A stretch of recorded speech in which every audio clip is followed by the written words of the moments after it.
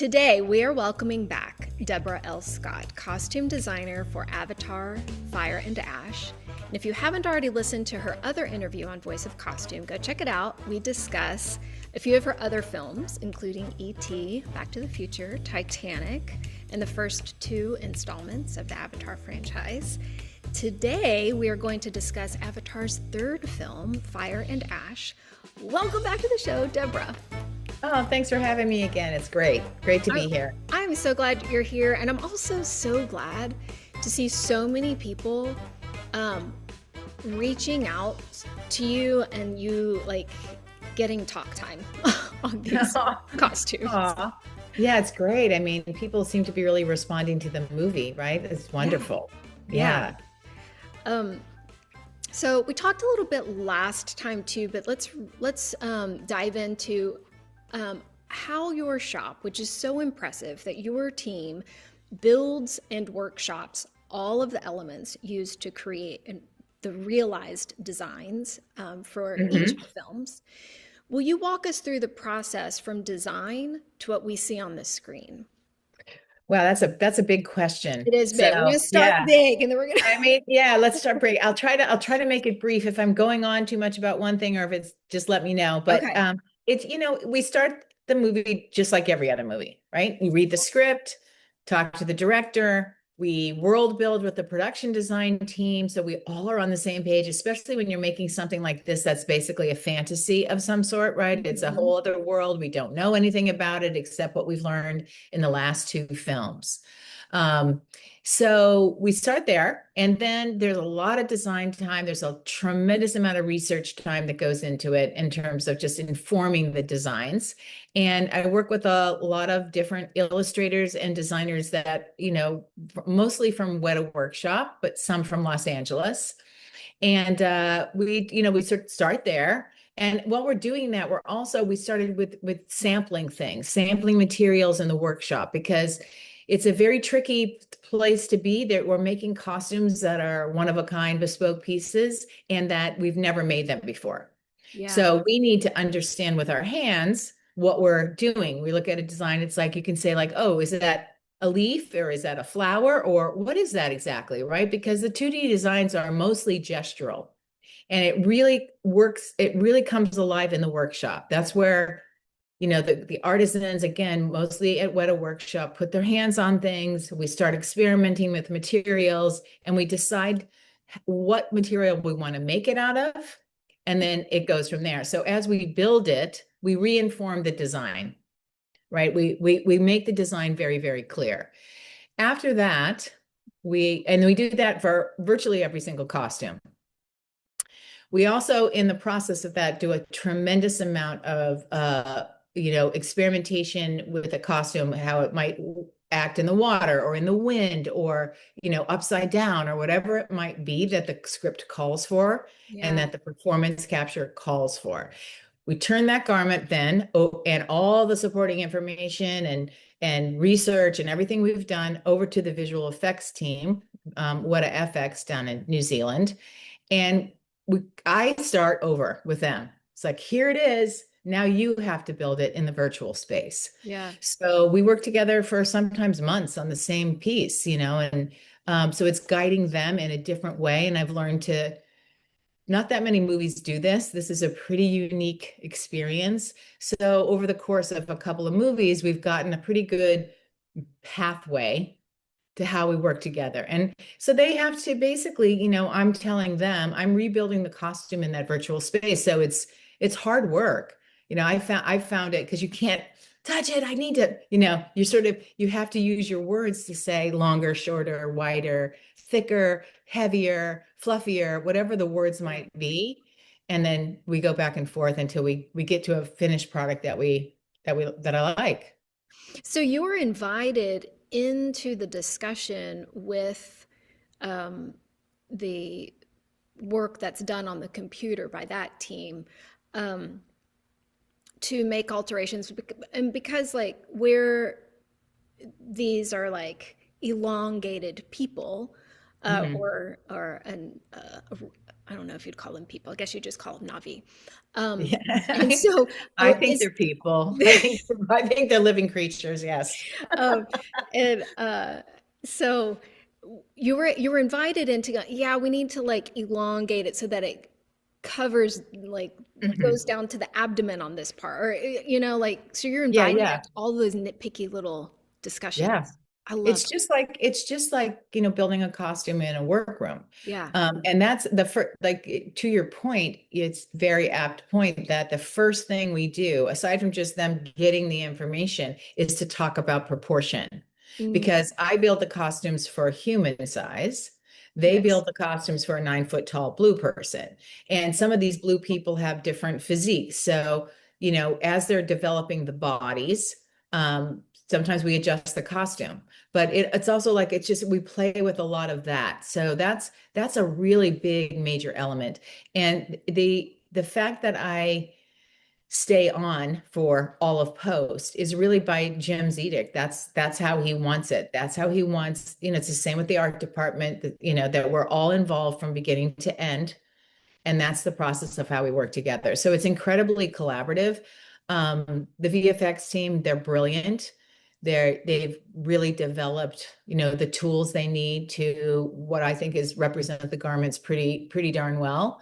But I think, to be really honest about it, they might get a little bit more credit than they're due, right? Because they're not making things up. They're Right. actually duplicating, replicating an item that I give them. Right. Yeah. Yeah. Not that I mean, believe me, they No. have a lot of hard work to do, and it's really difficult to do all that simulation and Yes. animation, and they've developed new programs, and they're amazing, but it isn't without a lot of dialogue between the hands-on and the virtual. Yeah. Do you ever bring in pieces for them to also feel? I know you have a lot of the video images or Mhm. film images of how it's moving in the water and how it's moving in the air, but do you also like, here, touch it, Yeah. feel? Oh yeah. Oh yeah. And I think we didn't do, they always get the piece to scan, which is a computer way they read it. Uh-huh. But I don't get that part. I'm just like, I don't understand how that works, but whatever. There's a lot about science I don't understand. So, Yeah. but the truth of the matter is on film 3 on Fire and Ash, I instituted a new program with them, which I'm like, you know what? I don't understand why you guys don't have the pieces in front of you, because you can have all the photos in the world, but if an artist is working on their computer and Yeah. trying to build that costume, right? The Right. fact that the piece can be sitting next to them, they can look at it from all sides, they can touch it if they want to. They're not really supposed to, but sure. And don't eat your burger next to it. Yes, and like, make sure your hands are clean and wear these white gloves. Yeah. But that really made a difference. I'm surprise, surprise, right? It's like, duh, like, you're like, if you can see it, it's better and easier Yeah. than trying to discern something, because photographs aren't 3D. That's, Right. just that, start there. You can't Yeah. see how, maybe when you turn the mannequin, or how thick the piece is. Yeah. So it made a big, big difference to the efficiency of the process as well. Wow, that's amazing. Did you or your shop establish any rules for the materials used? Like, they're only going to be organic, or they're only going to be found in the Mm, region that was there Yeah, even I don't, anything? no, I think we really, there are rules that are dictated by the Navi people. Mm-hmm. They make things with their hands, they don't have machines. They find things in their environment. They all have crafting and weaving skills, so that's wonderful. Yeah. Thank God for that. So, but in terms of materials, since we are on Pandora, it's almost like you can use anything. We've used pretty much everything from the natural world all the way through to 3D printing, and 3D printing being the least effective, Oh, surprisingly. interesting. Yeah, Huh. like a carved shell is way more beautiful and intricate than a 3D version of that carved shell, because then you have to paint, and then you have, so it becomes more and more artificial. Yeah. And it definitely comes into play at sometimes, but the carving and the the modeling, like in that way for these Navi's costumes it's really, really important. So but material wise, no, if I can find something from the natural, I always look at the natural world because the natural world is our visual guide. But Uh-huh. if I'm trying to make a Pandoran flower, then I can do that out of anything. I Yeah. could do it out of chiffon. I could do it out of a real flower. I could do it out of leather.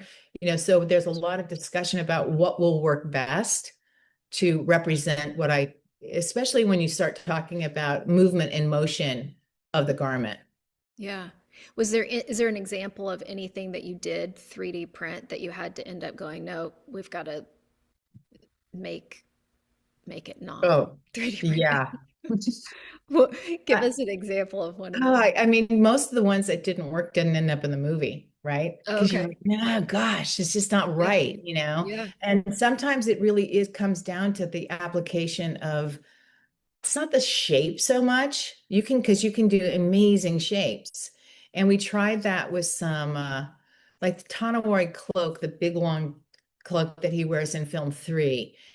We tried that the outside of it has this incredible motif on it, Mhm. right? It's all, and it's, as it turned out, it's all molded leather, and then it's wood, and then it's power shell, and it's made of a lot of different organic materials.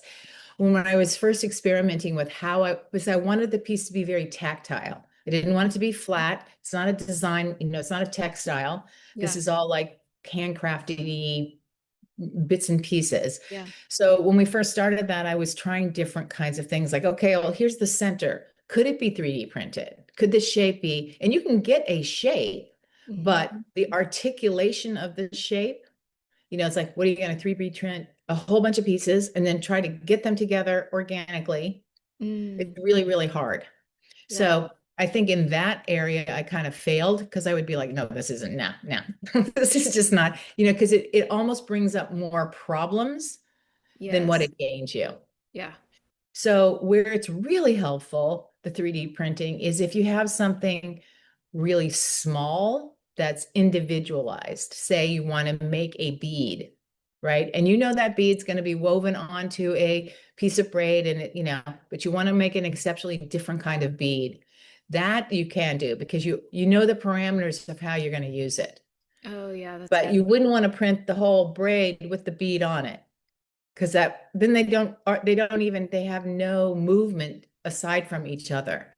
So, and again, the process of how you then treat it to get a color or a shine can Yeah. make it quite artificial. Mm. Yeah, it's an interesting thing. But And like also the Neytiri wears a piece that's like a bone collar, right? And has leaves coming out of it.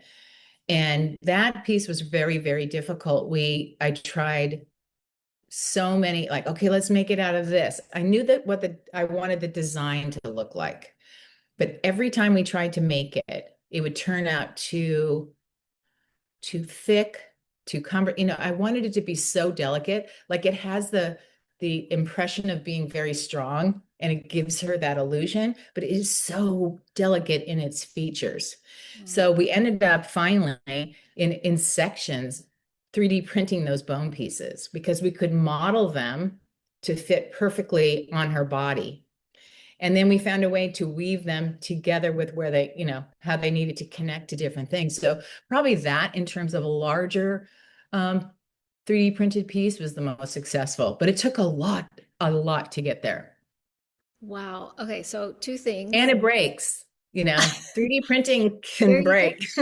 Okay, well, that's kind of when you said you printed it in three different sections, was it because of due to the size of the 3D printing machine you had to do that, or was it because you needed it in different sections for mobility, so it could Yeah. move and fold for Yeah. the And, mobility? and also because like as you're crafting it together, Uh-huh. like if you look deeply at that piece and that you can see where there's weaving and then it was the leaf that comes out of it and I'm like, oh, how am I going to get the leaf to come out of it, so we put a little hole, but it's so fine and because the materials they can crack, Yeah. so you really had to treat it like it was delicate fragile bone. Wow. But uh, yeah, I mean, you can print really, 3D printers print huge things, Yeah. but it was that movement around Mm, her yeah. shape getting all the other elements together with it. So it took when you look at it, it looks quite simple, but it was a really arduous piece. That's impressive. And the other thing that I was going to say, and I hear in what you're saying, is the importance of not like shoehorning a a process that you're moving down and going, okay, this isn't working. We're going to have to go back and like try something different to get what we want. And I think Mhm. that's so important. And often it's a difficult decision to make Yeah, sometimes. it is. And it really is dependent on your budget, on your time frame. Hmm. There were some pieces that we could do that with, right? You say, okay, I have a little bit of time to experiment here. And that piece really got down to me getting kind of like, oh my God, I have to crack the code on this, right? I Yeah. have to, because I have to move forward. This piece needs to get done. Yeah. And the other reason why it was successful was because it's pretty much the color of what the 3D printed product is. There's a Mm. little bit of shading on it, but I didn't have to then go, oh my God, it needs to be purple and green and blue. I Yeah. would have probably had to have done it a different way. Yeah. But yeah, you tend to, as you kind of any of these things that you're building, you go down and having built a lot of them, if I had to rebuild them, I might do it differently. Yeah. It might Yeah. look the same, but I'd be like, maybe we should try that with this. And one of the hard things to do for the simulation is the feathers. And I love working with feathers. Love it, love it, love it. And it was difficult at first for them. And Mhm. there's still some places in the film where I'm like, not quite, like I'm not quite happy with, I guess, what we would call the loft of the feather, you know, because, Interesting. but as time went on, I found a way to make the sample or the costume in a way that I knew would be more successful. Mm. Yeah. So, and that's like, for instance, there's a lot of times when I use feathers, and they have to be attached to something, Yeah. right? Like, I Yeah. mean, they don't just. So are they attached to each other? But like the Tanawari cloak is a woven kind of macrame base, and the feathers come out of it on the inside. The outside has the motif, but and then if I had to make that up, that was one of the first things we made. So in the making of that, we discovered so many things about the language of what we were trying to do, Mhm. the materials that were really good to use. And that piece in particular, the weaving is so heavy. That thing is a monster to pick up. I don't know. I got it on Cliff Curtis and he ran around in it for some footage, for movement and stuff. But man, that thing's heavy. And I would say, okay, how can I do it in a more practical way? Or a way that can be worn more easily because we almost always put some of the garments at least on actors or models.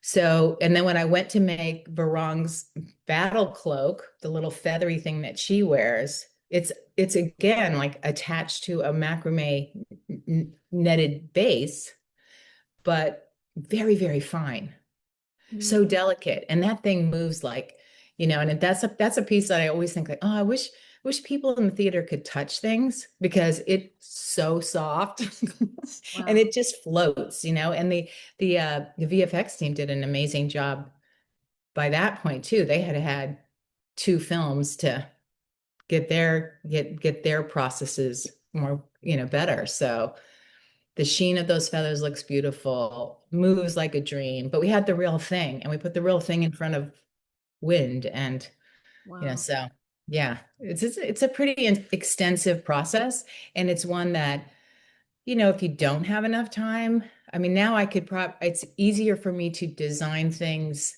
that I know will work Hmm. because I know my materials and the process so much better. Yeah. Yeah. Um, so you were mentioning the cape in particular being heavy. Is there a garment or a piece that comes to mind when you're not, or do you have some stats? When you're like, when you're like, oh my goodness, that piece, whichever one, fill in the blank, we had to do X amount of times because we had to keep working. And it was the one we ended up doing the most different versions of. Is there anything like that? Wow. Well, that one we didn't do that many versions because as we went along, we were very, there was a lot of contemplation about how we were going to do it. Other things get sort of stalled or redesigned because conceptually and narratively, they're just not quite working. Okay. Right. So you're like, this is a beautifully designed thing, a piece that the Neytiri's battle costume for the end of film 3. And I designed it and I loved it. We built it. It took a ton of time. It took a bunch of people. It was one of the last things we built kind of during COVID Okay. because the films take a break, right? We designed 2 and 3 together. We built 2, took a pause, started to build 3. So everybody in the workshop got their hands on it, which was a really delight for everyone, like to work communally on a Yeah. piece. It's so Yeah. wonderful. And therefore everyone feels like a part of it. So anyway, the whole process is so complicated, Yeah. that it can just go down so many avenues so that Yeah. it's not a singular Yeah. way of doing anything. You're the expert on the pronunciation of these different clans. I invite you to correct me, even though I have seen the film and I've done my even how to pronounce online, but Yeah. people pronounce it differently. So please correct me. But the Talim clan, the I Wind just call them the Traders, wind traders. Yeah. Wind Trade. Okay, so we'll Yeah. just call them This Wind is Traders. That's Jim's easy. the expert on the pronunciation. And trust me, I got corrected so many times throughout the course of the last 8 years. It's a hard one, Yeah. Well, my goodness, I was visually blown away, and they were just a stunning group to experience. And as they're coming in on these Giant. gondola Gondola. things, yeah, air gondolas. So at first, when I saw the film, I was like, "Oh my goodness!" I think the Palek or whatever the captain, Hmm. Kayla. I was like, I think that is that wet felted, and I was like, oh my gosh. But then when I saw a still of it, I was like, oh no, I think that's like dyed silk with like knitted designs sewn in and around. Anyways, I was blown away by all of that. So I would love for you to talk about the development of their look. Yeah, that's an interesting one. And it's unfortunate in a way that they don't have a little bit more airtime in the film because they're so fascinating to look at and they're so colorful and Yeah. there's so many of them and it just makes this incredible environment when they're all together. Yes. But maybe they'll come back. But we started. Wow. Yeah, that's a good one because we started early on again sort of mapping out 2 and 3 together, right? So we knew there were going to be these 2 additional clans. Hmm. And, as a designer, you only need a couple of choice words for you to get the concept, right? So Jim says, well, this is, they travel around on these incredible ship things and they're way up in the sky. It's very cold up there. It's windy. We talk about, when I discuss things with him, we talk about the elements of the environment Mm. and then the characters Wow. because he doesn't say like, oh, you should make it out of leather. He doesn't, Yeah. we talk about the things that you need to talk about to then get you started on your design process. It's a brilliant way of working, right? Yeah. To talk about a character, like the intention of a character in the scene is that she has to feel stronger. She has to feel more regal, whatever those words Yes. are super, super helpful. So when we started that off, that they were actually except for the Paylock cloak, which runs through a whole journey, the easiest of the clans to design. And I think it was because they're more relatable to our real world in a way. Like you can find many cultures that where, you know, and again, it goes back to the research, right? Like, and the elements, the environment. But like that clans that where men wear skirts or men wear tucked up loincloths. Mhm. And knowing that it's cold and you have to do some cloaks. And it's like, oh my God, well, we can do a cloak, 1,000 cloaks, different versions. Yeah. It's like, it was so wonderful to have that avenue because we hadn't kind of pursued that as much.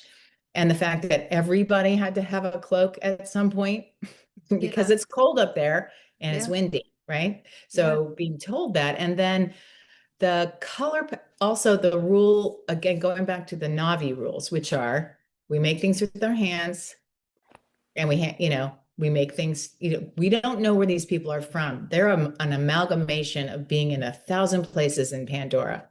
So the materials that they can gather might be more expansive.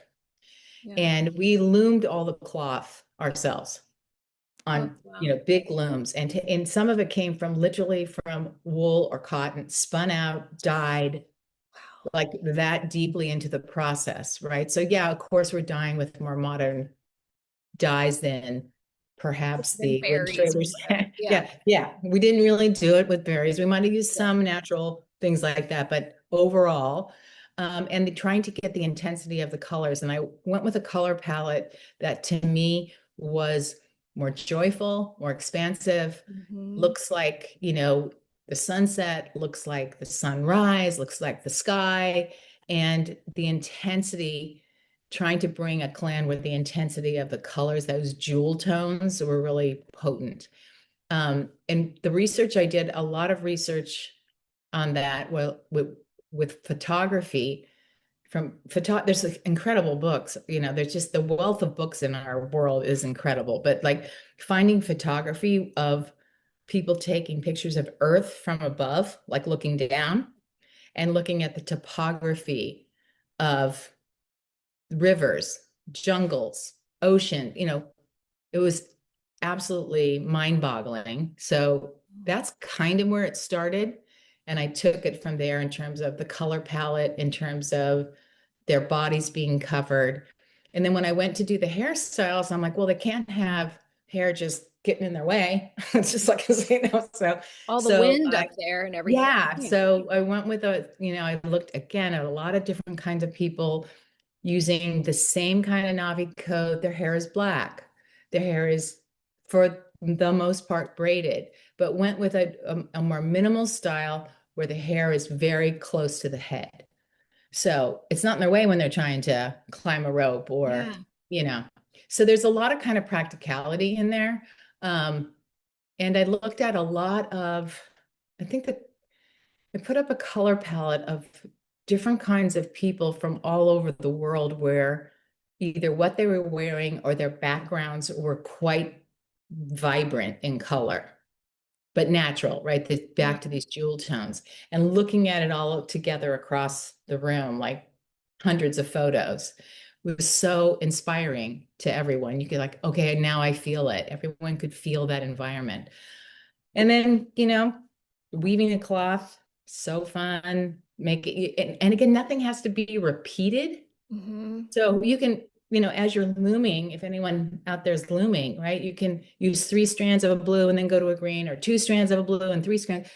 You don't have to repeat it. So you don't have to remember what you did. You just do something beautiful. Yeah. So you Yeah. just follow that path.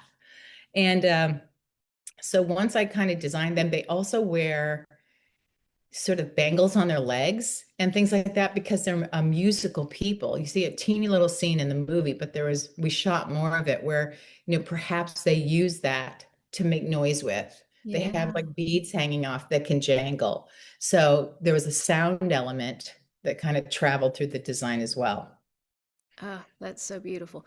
Okay, so you mentioned the hair design for a little bit there. How closely, for this franchise in particular, it seems like the line is very blurred between costume designer and hair and makeup designer because makeup is also so much part of every Navi tribe's Hmm.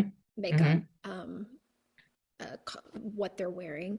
Um, and with even, we're going to talk about the Manquan Klein too in a moment here, and how they use ash and red paint and even scarification. So, what does that look like? That collaboration and the melding of brains between you and the hair and makeup designer? Well, here's the interesting part. I think a lot of people don't know this either, that in the Navi world, we have a hair and makeup person, Sarah Rubano, who works with live action. And she'll often come in when we need a wound or a scar or something, blood or something prosthetic oriented that I don't do, Okay. that she can do on a body to show Jim and to also show the VFX team. She doesn't, I do all the designs for the Navi hair, body art, all that.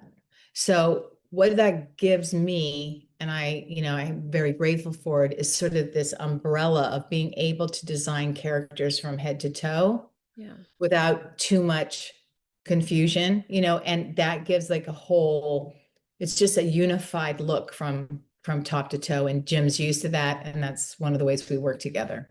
Yeah. Okay, so speaking of the Manquan clan, talk to us about where that research took you because this is an intense villain. Yeah. um, there's intense imagery. It's a very strong villain to introduce in the Pandora world. So, where did your research take you and help you land on their looks? Well, that was an interesting one too, because again, I think in terms of the newness of the clan, that was one that Jim had visualized more. Like he visualized that more than he had the Wind Traders in terms of Okay. ideas. Their environment is incredibly important, right? So you see this volcanic, burnt out, horrible place that they live. So you're like, okay, well, what are they building from their environment? They're not, they're not going to be, but they do still make things with their hands. They also don't pay attention to the laws, which is you can use metal. They use metal. They use stone. They use burnt out bone, wood, whatever they can find. So they don't have the kind of spiritualness to their clothing that the others might, but they still like, I think the research took me. Jim had very much decided that, gave me the concept of the headpiece that Mhm. Varong wears. Mhm. So all you need is one idea like that, and you're like, okay, opens up as a designer, opens up a whole world again. So having known that and knowing that, okay, well, they can find feathers, right? They have feathers, Yeah. and maybe that the best, most special feathers are saved for her. And her minions are building this beautiful headdress. And then I built the second headdress because I thought she needed an even more expansive one to go into battle with. But the others of the clan still, if you look really closely, still have feathers, but they're kind of all burnt and mangy and sad. So you're still using the same elements, but in a different way. And looking at people worldwide, like even the most minimal of costumes, right? People still do that. They still, in a way, decorate their bodies. Mhm. That's where the body paint idea came in. And Jim had we've been using body paint since film one. We've been Yes. tattoos, whatever. It's a theme that continues. So going back to that and saying, okay, what do these kind of very rudimentary, very kind of rugged people use? They don't spend too, we redesigned the look, to be a little bit more expansive in terms of the clothing. But when we first started, the clothing was super minimal and the body art was the thing, Hmm. right? So we went into like, and you can see it again in research all over the world, from prisoners to different clans around the world, scarification, Hmm. it's like they don't have tattoos, but they have piercings, Hmm. like these ways that the need for people to identify somehow with what they're wearing is so important, right? And clan is kind of a universal identification. Right. So, right. So that became the most important thing. And then it was like, okay, what do they have in their environment to coat their bodies with? Well, you can see lots of people worldwide who use mud, red mud, white mud. They have ash, they have an ash layer. Okay, red was really important because they're a fire and blood. It represents all that, right? And then the black was the in between, like, okay, is that an ink? Is that a stain? Does it ever come off? Probably not. It's like, I don't know. So that was it. Like the most important thing was the body art. And then we started to do the costumes on top of that. On top of it. Wow. Okay. My next question's twofold. On a project at this scale, is there any input from marketing, like creating new looks so that there can be a new action figure? And has the needle been moved at all on costume designers getting royalty from action figures? That would be no and no. Dang it. I mean, no is good to the first question, Sure. because I know that, there's a lot of influence from even the Spider-Man that I did, there's more influence from the source material. And Marvel has all that source material. They're very controlling with it. But we don't, I wouldn't design anything based on a toy or a t-shirt or they They're not follow like us. saying, hey, we need 3 new looks for No, Sully because we need 3 new action figures. Wow, nope. that's pretty cool. Nope, not at all. They stay pretty far away. They're not directly involved with the making of the movie. And the royalty thing is a real bugaboo because, when you start seeing your designs out there on all Right, these franchise toys, you're like, right, ugh, you know, right. but it's just not a part of how Hollywood works particularly. So, Do you yeah, think, it's a puppy. do you think in the future that's a possible um, reward for costume designers? Do you I think mean, that out I there? think I think there's always a possibility. I mean, it has to be so structured into a contract. And I know some people have made some minimal moves that way. Mhm. But the problem is that you have a huge machine of a production, a distributing company, people who are making the money off of our work. So my designs are built and eventually belong to them. So that's Gotcha. how it's always been structured, that we are a work for hire, they own all the intellectual property and that's it. So to crack that code, you'd have to crack it literally across every department. And And I then don't it's think just too they're, tricky yeah, yeah. I to don't do. think that, and why would they want to give up those profits? Even a tiny bit of it. Mm, So, I mean, it's understandable. sure. Um, but I will let you know when I see the action figures that my children have. I'm like, Deborah L. Scott design. We're starting to make moves like to at least get your name on it, Yeah, get some, exactly. At yeah, least that's get your name on the at box. least, Yeah. yeah, yeah, that's been hard enough, but Well, James Cameron is obviously on the forefront of technology and filmmaking. Is there any advancement that you have found useful to you as a designer in regards to him being on the forefront of technology and you working so closely alongside him? Anything that you have found useful to you as a designer that you think other designers would also find useful or interesting? um, I mean, we don't use AI. To this It's point, we pretty have cool. never used AI. Jim's pretty adamant about that. That's awesome. I think that I've heard of designers using it as a tool, and I think that's fine for them. I don't use it, so I don't know.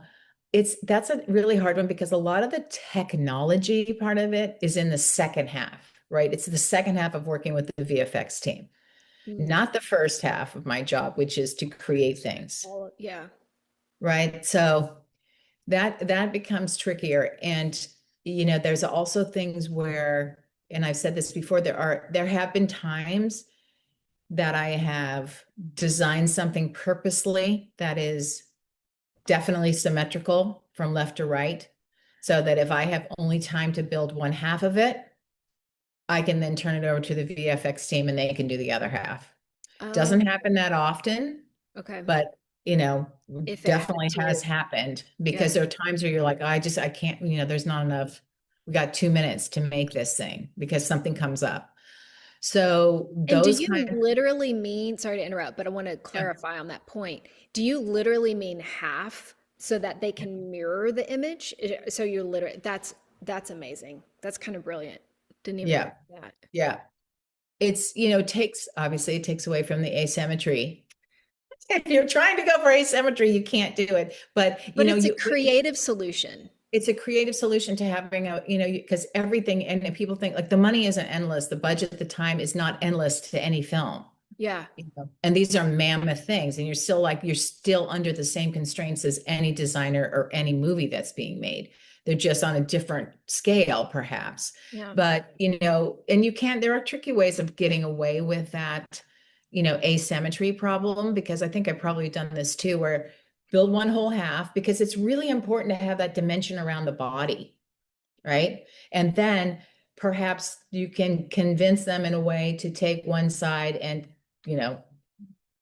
move it a little bit. So Stretch there's and all move that, yeah, that's manipulation. Or you could add something to one side it. to make it look more asymmetric, because you have a big fringe on this side and none on this side. Yeah. So there's tricks you can do like that. And, learning those tricks is really just a matter of working with the VFX team and understanding. When I started, I didn't know anything. And I was thinking about this yesterday. Like, if someone got dropped in my place right now to finish a film 3, if you didn't, you would be so far behind, because our language with each other has developed over years now. Yeah. So it's, and costume designers don't come from that side usually. Maybe the next generation of costume designers will. So, and maybe this opens the door, and it also opens the door for the importance the place we have at the table in the post of these movies, Yeah. the job creation that it creates, new jobs for people. So it's kind of great that way. Yeah. And in the world of video games, it seems Yeah. like because video games are getting more and more lifelike, and so Yeah. like costume We can, designers have yeah, we more. consult on a lot of the video games for these movies. They Did you? call it, yeah, because I think that's also, you know, Jim really and John Landau, our dearly departed producer, but that idea that the costume design has an overall kind of arc of somebody watching it, right? That it doesn't go too askew. So we've worked on a lot of games, and we don't draw them, but they'll do all the work. We get to consult, say, this or that.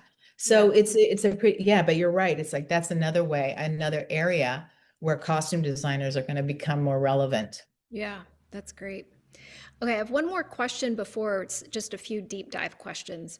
Okay. Even though you've experienced substantial challenges with each of the first 3 Avatar films, what new things do you hope to experience or challenge yourself in with the next 2 Avatar films? It's a really good question. I think, well, one of the things that I think I've already been challenged by and now can be set up for more success is understanding the process, right? Honing the process, which has been a lot of hard work and is incredibly important. The challenges, well, you just don't know where those are going to come from. you know Working with someone like Jim, he has a mind that runs way faster than mine. He's an incredible creator. He's never going to repeat himself. There's always going to be something new, different, bigger, better. And so we're going to have to see where that leads us. I think it would be nice to have new clans that don't depend on loincloths so much per se, because like there's only so many loincloths you can design, but every new clan is a challenge. So I'm hoping we'll have more clans, and the depth of the characters working together, the relationships of those that as we've seen them go on has been that's good. That could be really challenging, I think, too. Yeah, yeah, that's great. Okay, so this is just a couple of deep dive questions. What part of your creative voice took the longest to trust? I think just my intuition, right? Because your intuition is huge in terms of design. What you think is right, what you think you're not quite right. And you tend to second guess that all the time, especially on the right? You're like, oh, is this good? Is that not, so just settling down and really being able to hear my inner voice, that intuition tell me this is the right path. You don't necessarily have to have the answer, the final thing, but to know that you're making the choices that will lead you there somehow. So yeah, I'd have to say that. If you could go back and speak to yourself early in your career, what do you think you would tell yourself? You know what? It's kind of related, right? I Trust tell your myself, instincts. yeah, yeah. Because I always feel like I was a person who could take chances. It wasn't this, I always tell students to just like jump in when you have a chance, just go, do it, say yes, Mm. right? That wasn't as much of a problem to me as once I said yes and got there to just trust myself. Yeah, that's good. Step two, now trust Yeah. yourself that you Yeah. said It's like, yes. okay, I'm here now. Yeah. Yeah. And also, just I think one of the things that I've hugely improved in my career and in my life dealing, working, collaborating with people. If you could take a very serious collaboration course when you're 10 years old and you really understood what that meant, that it's not threatening to collaborate with others.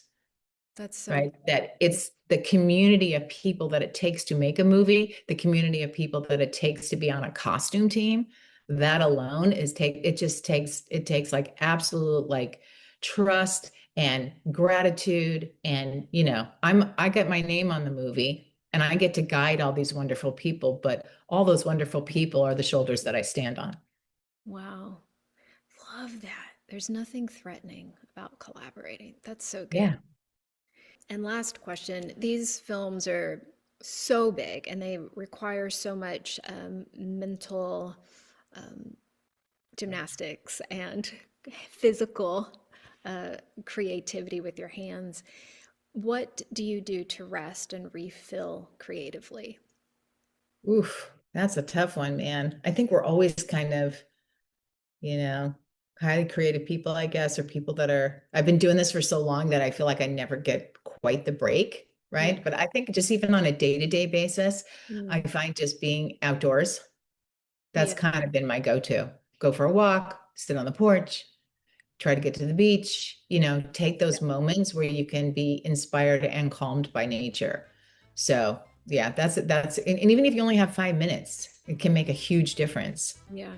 Yeah, it really can. Because so, when your head's going like this and just like, okay, deep breathe, look at the sky, look at the trees, take a minute. I Yes. think for me, it's pretty crucial. Yeah. That's great. Deborah, thank you so much for being on the show today. I loved having you come a second time. Always. Yes, please come back a third and fourth hour. Like, come back for the next ones. Would love to break it all down with you again. Yeah. I mean, any questions you have, if you can come up with a whole other set of hour-long questions, I'm happy to come back. You're wonderful. You're a great interviewer and collaborator. So thank you so much. I love it. Thank you for listening to The Voice of Costume. Check out voiceofcostume.com to learn more, see upcoming guests, and be a part of our growing community.